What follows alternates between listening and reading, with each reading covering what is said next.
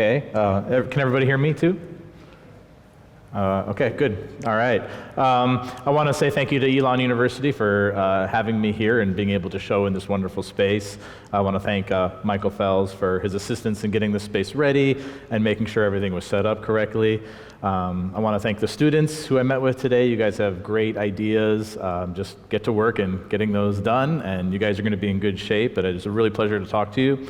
I want to thank my wife who's here, Jen, for her never-ending support and for her help in setting up the show. If it wasn't for her, I'd probably still be hammering nails into the walls probably just an hour ago setting up the show, so I want to thank her. And finally, yes, I do want to thank Samantha just for being a support and a mentor, and you can never say thank you enough to the people that have helped you along your way in this rocky road of being an artist. So thank you everybody. Thank you everybody for coming as well. So the series of work I'm going to talk about, I've worked on and off for the past few months while doing other projects. And I'm going to talk about Google Street View, which is something I use in my research because, well, it was something I used to use when I was procrastinating from doing research. So I just kind of started to make it my research because I was spending the time on it anyway. And that's oftentimes how things go with my work. I often go to Google Maps or Google Earth or Google Street View looking at places I've lived that I've mapped out in my head. And the photograph you see here is from Mentor, Ohio. It's the house I grew up in. It's kind of an unassuming image. There is, for me, it's a very powerful image. This is the yard I played G.I. Joe in. I rode my bike across that sidewalk. Right now there's nothing much there. When I look at it, I see that it's empty, which there's no cars in the driveway, which baffles me because if this picture was taken any time between the hours of 9 to 5, I would assume at least one of my parents were home. They were very particular about schedules, and it would be very rare for them to both be gone. You can also see, it might be hard to see from where you're sitting, but there's a piece of an oak tree that is actually embedded into the wires because when they cut it down, the oak tree that I used to climb when I was a kid, when they cut it down, they actually had to leave the oak tree because it grew around the wire, so there's just this piece of it sitting there. But that's what I see today. And a couple of days ago, I was using Google Maps just to kind of look at this image again, and I noticed a couple of things had changed. So they had retaken the photo. This is in August 2014. The cars are returned, so my parents are home, thank God. And also missing is a cherry tree that my dad had to cut down because it just had to be done. So, but there's a sense of not just nostalgia, but a sense of loss when looking at this image, noticeably because that's my mom's Chevy Equinox, and she had passed away over the last year. So looking at this image and seeing that, and having this like visceral emotion about what was happening there, I just thought was a good start to explaining the work that you see in this gallery.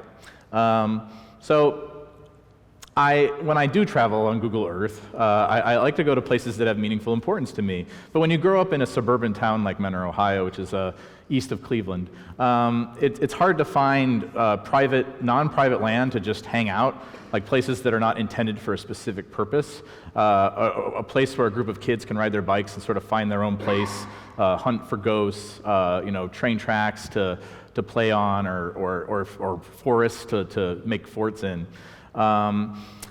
Those did exist when I was a kid, but traveling back, for example, one of the places that I had like my first cigarette, and I remember taking some of my first girlfriends to this wooded area. It was called, this was where it was, and now this is here, this cul-de-sac, and this is a housing development called Marshall and View Estates. And there was never a marsh there, and there's certainly not much of a view, but this is what's there now, and that's a very common thing when you grow up in the suburbs. Things get built up and they get torn down, and all of a sudden, like, these memories that you have are gone very quickly, and the space is used for something else. So I've been trying to document suburbia since grad school, since undergrad, and it's been difficult. I've been attracted to photographers that have done it well. This is a photographer, Bill Owens, from the book Suburbia. This is in the 70s, and he would combine photographs with text. The text was written by the subjects of his photographs. These were people that moved into suburban tract housing in like the 1950s and 1960s.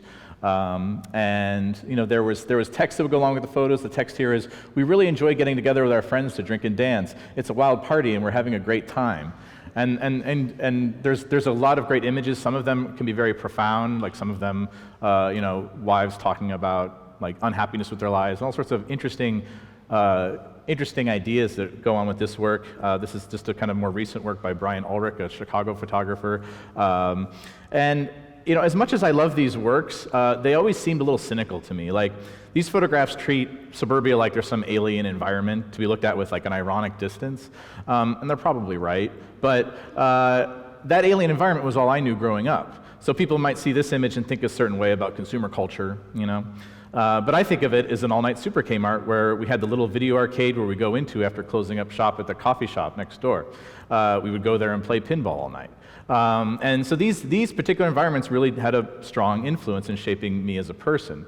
And I feel like if Sally Mann's kids can have transcendent experiences playing in the backwoods of Virginia, then why can't I have a transcendent experience in the sporting goods aisle of Super K? Like, why not? And also, I just sort of to preface the work here, as a photographer of landscape, I also do feel a bit of stress, being in this current culture that we live in of image making, where 2.5 billion images are made and uploaded a day. You can make the argument that there's no worth in making images at all anyway. There's just too many out there. Not only can everybody take photos, but everybody pretty much does. You can type sunsets into Google Images, and little millions of matches will come up under a second of searching. And you can go outside and have your image taken everywhere. You don't even know you're getting your image taken. It could be the Google Street View car. It could be the security camera on the lamppost. And we've pretty much given up the thought of privacy being a thing that exists. So there are amazing photos of all kinds there, but how do we look through all these photos that we're taking? And where do they go? How do we store them? How do we catalog them? So these are all things that have interested me in this work that you see here. This is a quote from the philosopher Jean Baudrillard. For those who characterize suburbs as placeless nowheres, the rich imagery that is conjured up by these toponyms are mere reproductions of a past which there is no original. And I didn't know if you guys knew the word toponym when you first read this. I didn't. So I put that on there. A place name, especially one derived from a topographical feature. So like Marshland View Estates. And I'll return to that name too, because there was no marsh on that cul-de-sac where I grew up. Maybe that was a memory of the builder of the cul-de-sac, of the housing development, and he was using a memory from his youth. Maybe it was a memory from the professional street namer person from the city, but nonetheless, it's creating this idea based off of something that may or may not have been an original.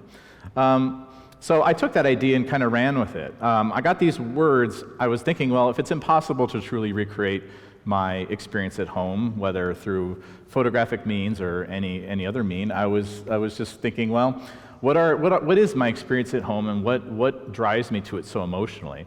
And I started just writing down words, and I tend to do this when I'm sort of bereft of ideas. I just start to write down words. I'll take like 30 seconds and just sort of jot things down as quickly as I can subconsciously.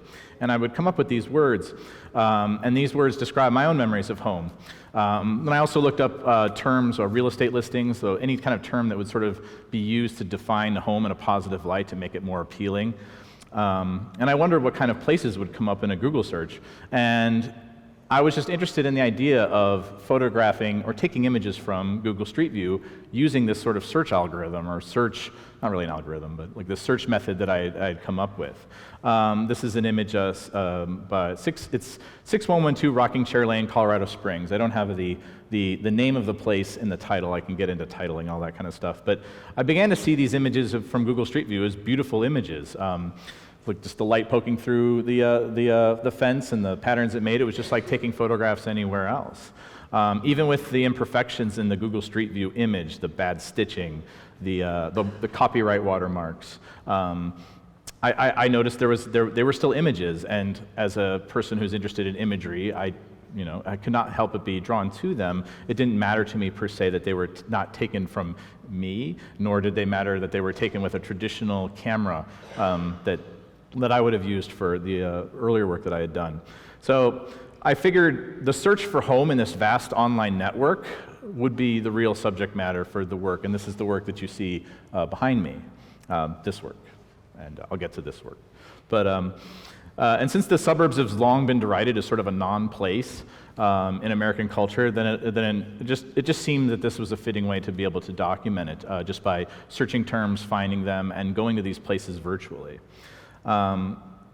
So like I said, I had taken photos of my suburban environments before. Every photographer likes to document his home, but aside from struggling to find new ways to represent the content, I also felt like these images looked a lot like the images I was taking anyway.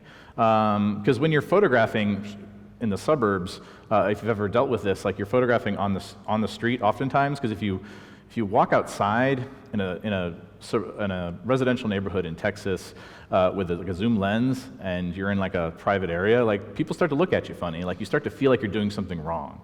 And I kid Texas. This happens everywhere.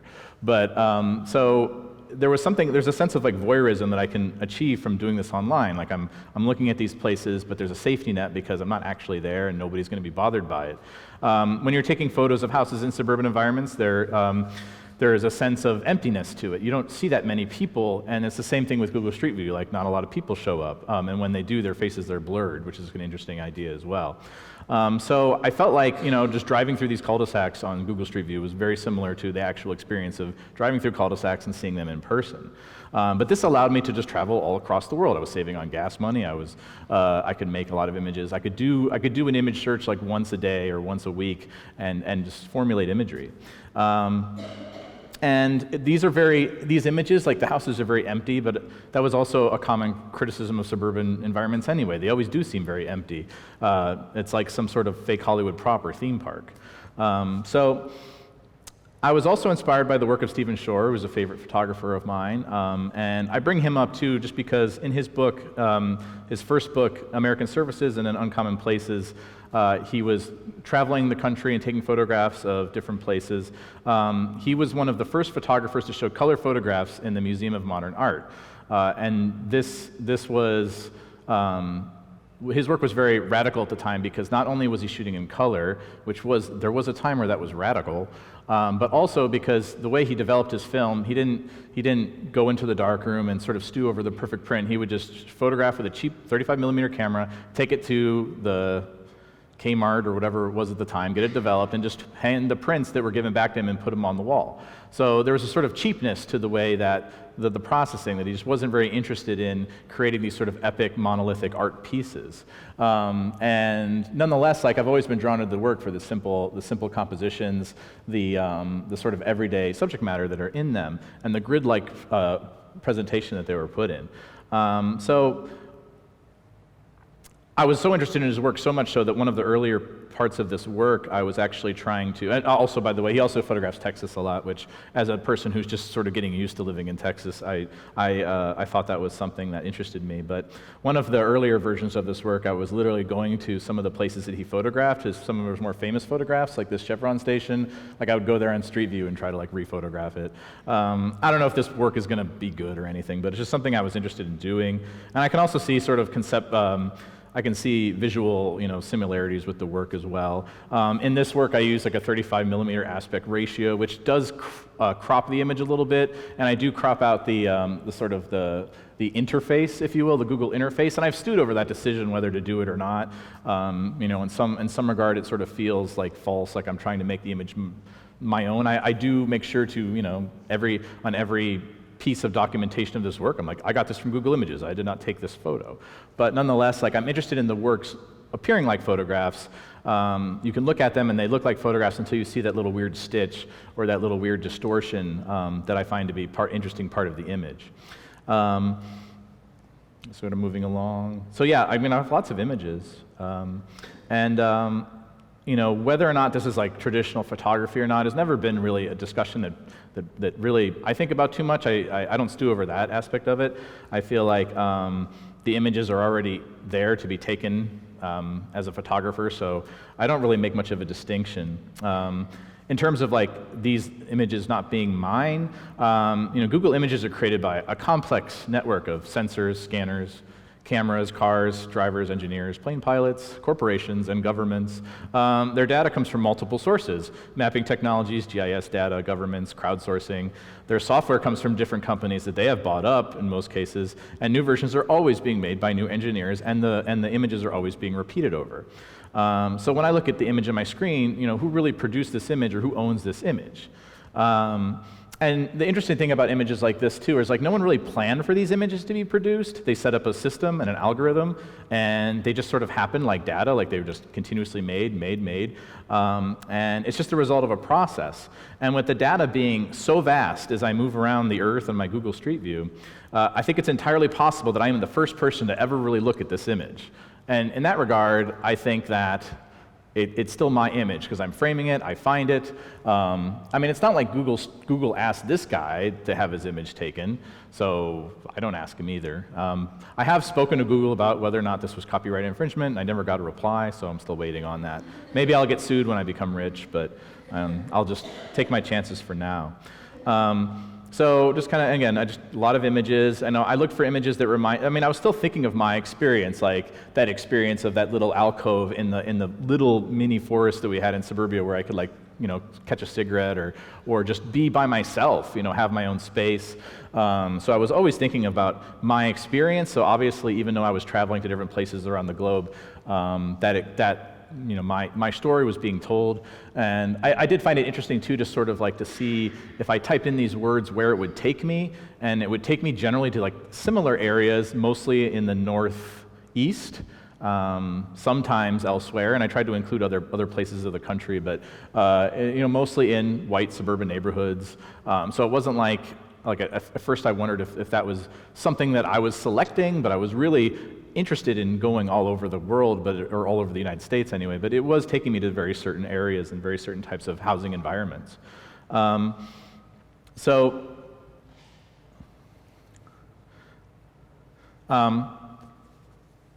I think the interesting thing about Google too that I wanted to mention too is that just kind of going along with the idea of how I select images, Google does a very similar thing. Like the Google algorithm will select images for you. You type in, you can type in mirror street or mirror. I usually would just type in the word and then street or drive or something would come up on its own.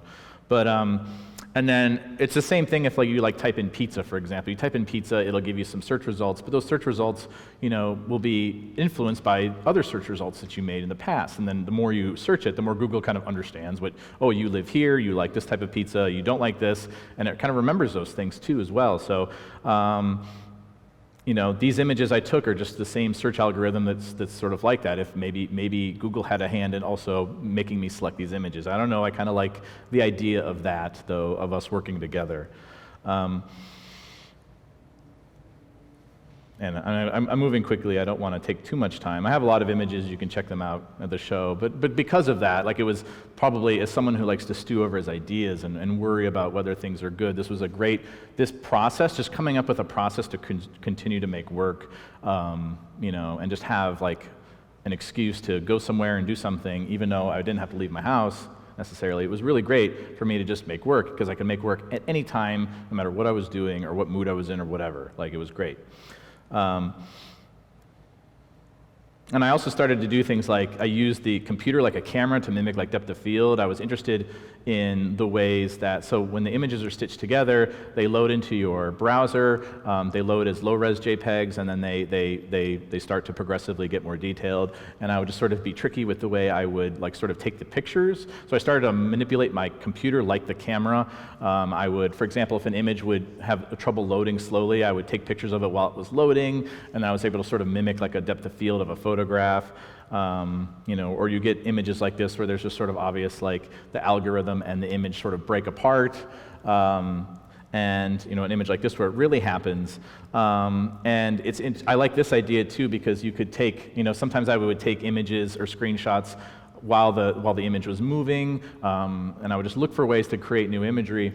In the case of this one, this is just an error in the program, and it just made this image. And I like the idea that it's as if this image was made with some aesthetic purpose, even though it wasn't. It's just a flaw in the data. It's just a glitch in the system, if you will.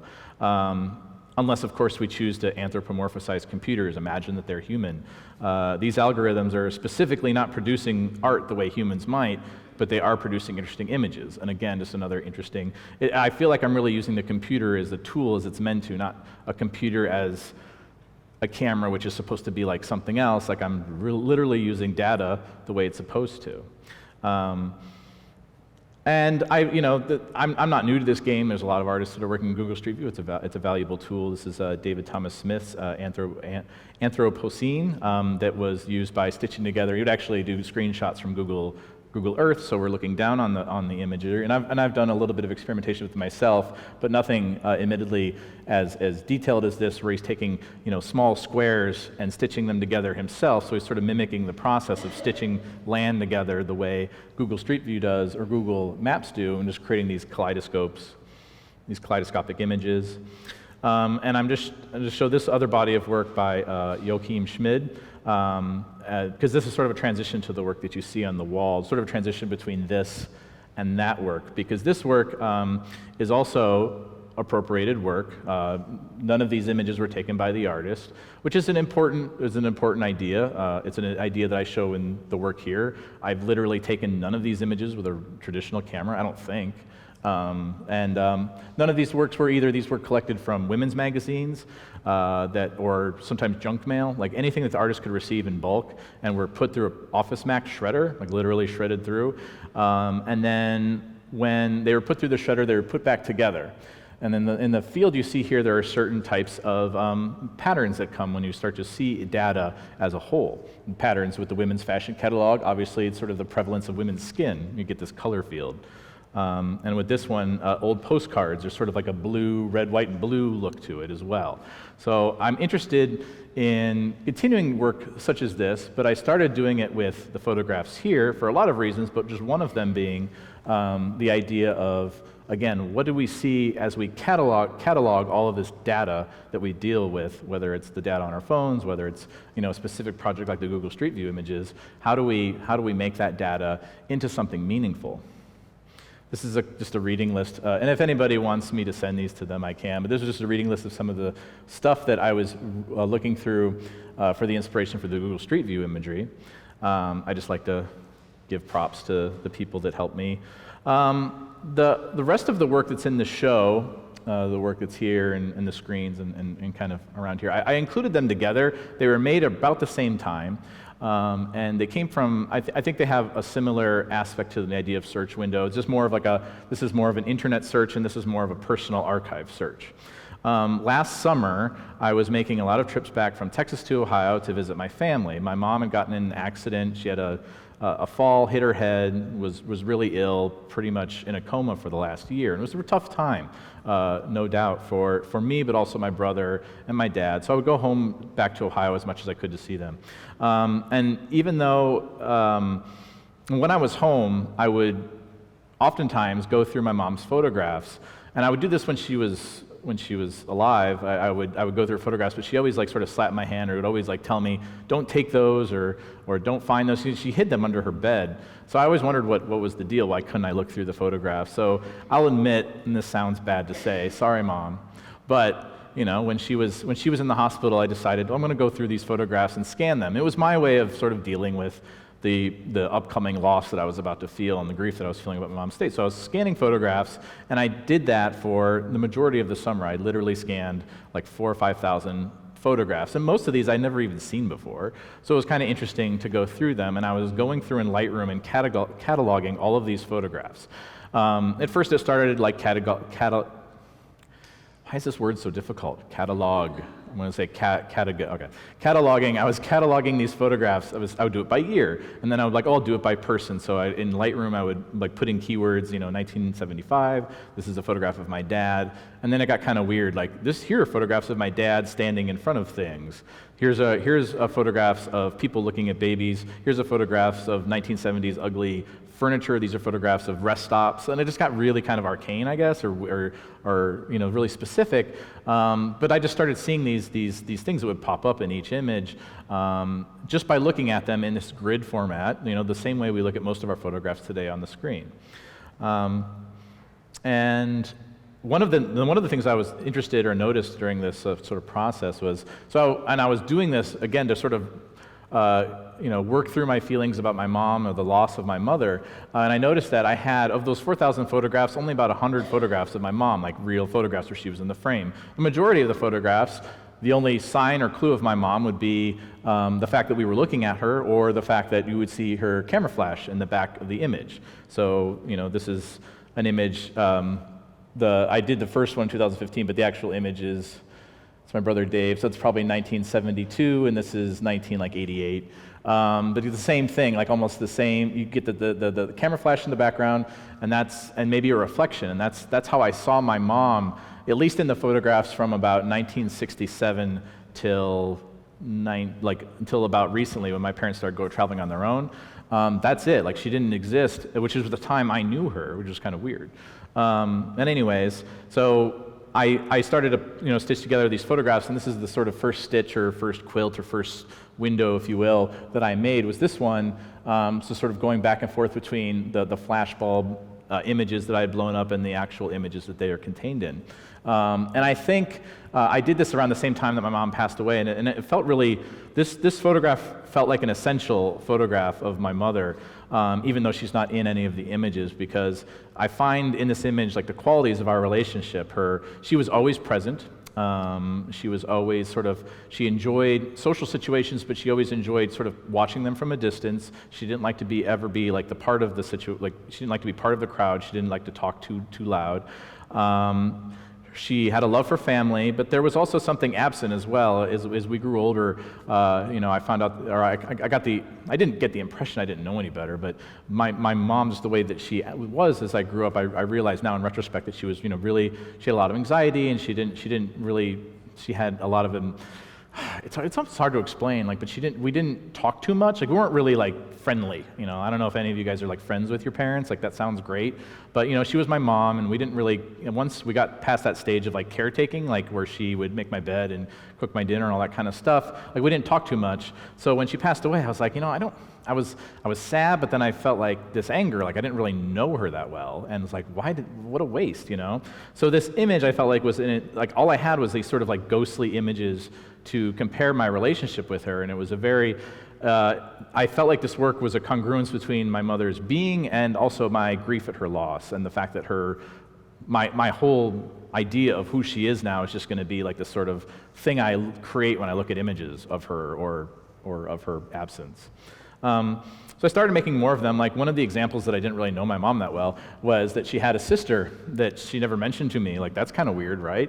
Growing up, and I didn't really know until, I don't know, when was 2005 or something. So one of my first grids I made was, I just sort of erasing, I found all these images of my Aunt Mary Catherine, who, again, I didn't really know. She committed suicide in 1979. I think my mom, being Catholic, might have had a problem with how that worked out, or she just didn't want to talk about it. That's how she was. She didn't like to talk about things that were negative, so we just never talked about her. So I deleted her out of these images and made a grid of these. This one's not in the series. I'm not sure if I like this one as much, but it's kind of interesting. And this is a quote that, so it's as a photographer, when you go study photography, Roland Barthes is a great resource if you're interested in photography of the family, or just the role of the image and text. He has a lot of great things to say. So for undergrads, he's someone to look at, and it's not too hard. Sometimes it is, but it's not too hard to follow. But this is one quote that I like. It says, "Is history not simply the time when we were not born? I could read my non-existence in the clothes my mother had worn before I can remember her. There is a kind of stupefaction in seeing a familiar being dressed differently." And I think of that when I see there's the image in the background of my mother. This is my mother in 1972, and or 1968, and she's getting ready for the ball, and she's getting ready for the Cleveland Opera. It's an image of my mom. I know it's an image of my mom because I've seen other pictures and I can sort of relate. I know what she looked like in 1968, even though I wasn't born yet. I wasn't born until 1980. But you see an image of someone you know before you knew them like that, and especially someone like your mother, and it's interesting because it's her, but yet I don't recognize her at all. It's sort of like this stranger, and there's just something really odd about seeing someone you know but before you knew them, and this quote reminded me of that as well. And I started to look at the rest of these images in a similar manner. I remember I know these events happened, at least the ones in my lifetime, like many of the Christmas ones and the birthday cake ones. But honestly, I don't really remember those times. I don't remember a single moment here. I just remember the photographs of them. And I started to feel the same disconnect that I felt between the image of my mother and my recollection of her and my own recollection of my own memories and the images of them. So it makes me sort of easy to catalog these moments as sort of a dispassionate observer, if that's even possible. And so I'm interested in displaying the visual cues that allow me to select some images from, again, 4,000 images to choose from.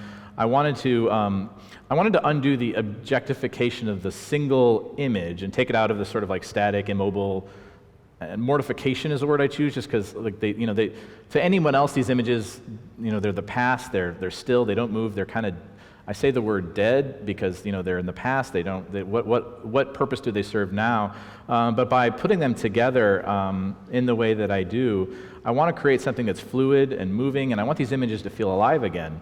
And I don't think that there is like a monolithic story of family that these images particularly say that is the exact same for everybody. Like my family experience was specific to my social class, gender, location, and all that kind of stuff. But I do feel like that family photographs do provide content that anybody can relate to, and it's that we all kind of compare ourselves to our family upbringing, whether it's in harmony or conflict with it, but that is sort of like where we begin when we start to form our identity. And the family life, or sort of the reality of family life, I think in family photographs, especially in the 70s and 80s and 60s, is sort of this time frame I've chosen, the myth, both the myth and the reality of family life is on display. And I think that anybody can sort of get that, whether they're just noticing the visual cues like people holding babies or people standing in front of things because that's how you would pose for a photograph, or showing the person with the camera what you got for Christmas. Those are all social rituals that we all follow if we're lucky, the majority of us might understand. And I thought about that a lot because I was like, am I doing too much here that's just, me? It was very, even setting up for this show, I was a little bit nervous, like, this is obviously highly personal work, and I know that my intentions are sincere, but at the same time, like, is this too personal? Like, but I think just looking at it in this space, and from some of the feedback I've received, I'm pretty confident that, this work is really tapping into something that is really exciting for me. I think that going forward, it would be very interesting to continue this line of work with the type of imagery that we make today, the family imagery in the age of Instagram and Flickr and all of that. I have this quote here from Virginia Hefferman's Magic and Loss, and it's kind of interesting. This is describing how a father will act upon being introduced to his baby boy for the first time, and how much he's thinking about documenting it for Facebook. For example, he says, or from the book, says, he quickly examines the haul with a view to how they'll play on Instagram or Facebook, scrutinizing pixels with the intensity of Anna Wintour. He selects a becoming one. The mother signs off from her hospital bed. A parent may also edit the picture, correcting red eye or composition or even the complexion problems, adding a filter or maybe some animated confetti, depending on class affiliation.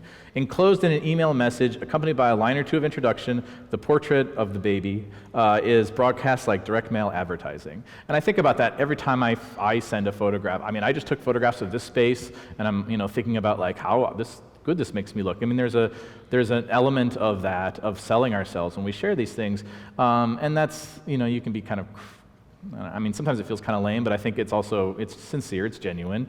But this is the new form of family photography, and because it's because of the nature of how we are today, I do feel like this is a strong way to look at work for the future that I might make. Anyways, I'm just going to wrap things up here. These are just the images. So yeah, I've already spoken. So this is my dad standing in front of things. I just, I look at photographs of my dad, and I do have some strange ducks in my family. Now everybody says that, that same thing about their family. My dad just, every time he would, you grab a camera out, he would just sort of make this like, stand like this. But it was also, very normal back in those days too. It's like if you're on the honeymoon, you're going to Niagara Falls, or you're going to my dad liked to go to sports stadiums, so like there's the Rose Bowl and Ohio Stadium. You just kind of stand there in front of it, right center of the frame. And these images were taken not with the aesthetic, like what I would call the aesthetic qualities that the photographs that we take now. I think even you guys with your phones and the filters and different, you guys have such a unique and more sophisticated view of how to take images. You're raised in images. I mean, it was sort of back in there was sort of a commonness, my dad didn't understand composition, so when he did take photographs of my mom, usually like half her face was, cut out of the frame or something like that. Like they weren't great pictures, but they're real, they were his eye at the time. So when I see these similarities in all these images, I think it does render a little bit more meaningful to me because they were taken just randomly, like they weren't thinking about art. In the same way the Google Street View images,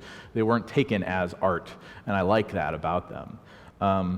So people sitting in front of birthday cakes, show everybody what you got for Christmas. And honestly, like a lot of these are fairly new. I made that one earlier in the year, around April, and some of these, were as new as this last month. So if I'd given the time at home, I'll probably make more of these. I just want to close with the last series that I'm doing, which might be a reaction to some of this like appropriated work. I'm trying to make my own images again.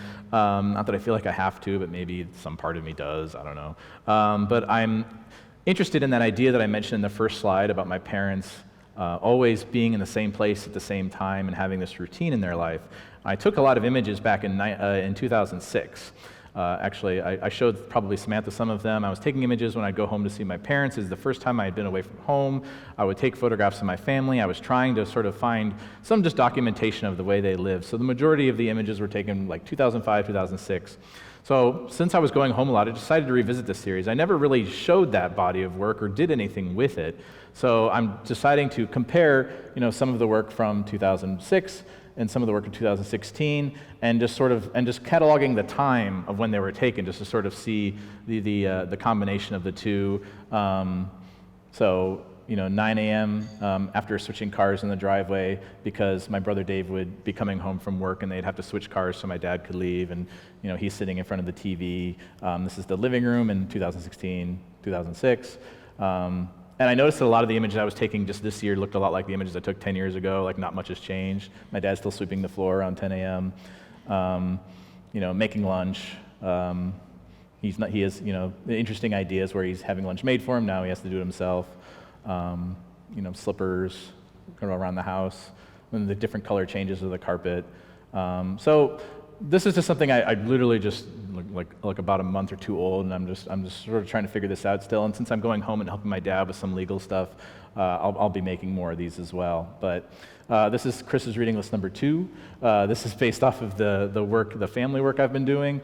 A lot of good books here that if you guys are interested in photography or sort of photography as a social history, I would recommend all of them. And this is a good book for you seniors too, about when you're freaking out about being more conceptual. You read this book, it's good. And Art and Fear too, I recommended that to some of you. That's another book as well. If you have anyone more book recommendations, movie recommendations, record recommendations, there's my email. I put this quote up here. I'll just read it and I'll shut up. Now we're a species of editors. We all recycle, clip and cut, remix and upload. We can make images do anything. All we need is an eye, a brain, a camera, a phone, a laptop, a scanner, a point of view. When we're not editing, we're making more than ever because our resources are limitless and the possibilities are endless. We have an internet full of inspiration, the profound, the beautiful, the disturbing, the ridiculous, the trivial, the vernacular, and the intimate.